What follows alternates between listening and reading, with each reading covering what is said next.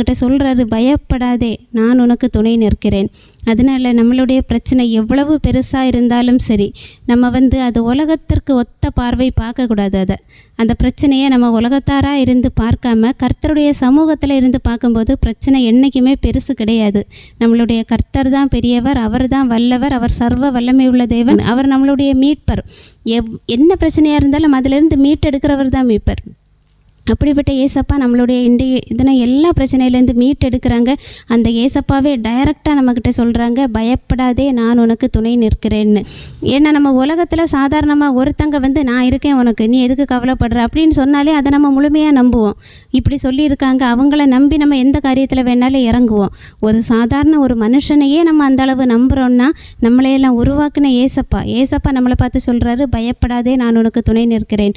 இந்த வார்த்தையை நம்ம பிடித்து கொண்டாலே போதும், உலகத்தை ஜெயிக்கிறதுக்கு வேறு எதுவும் தேவையில்லை. ஏன்னா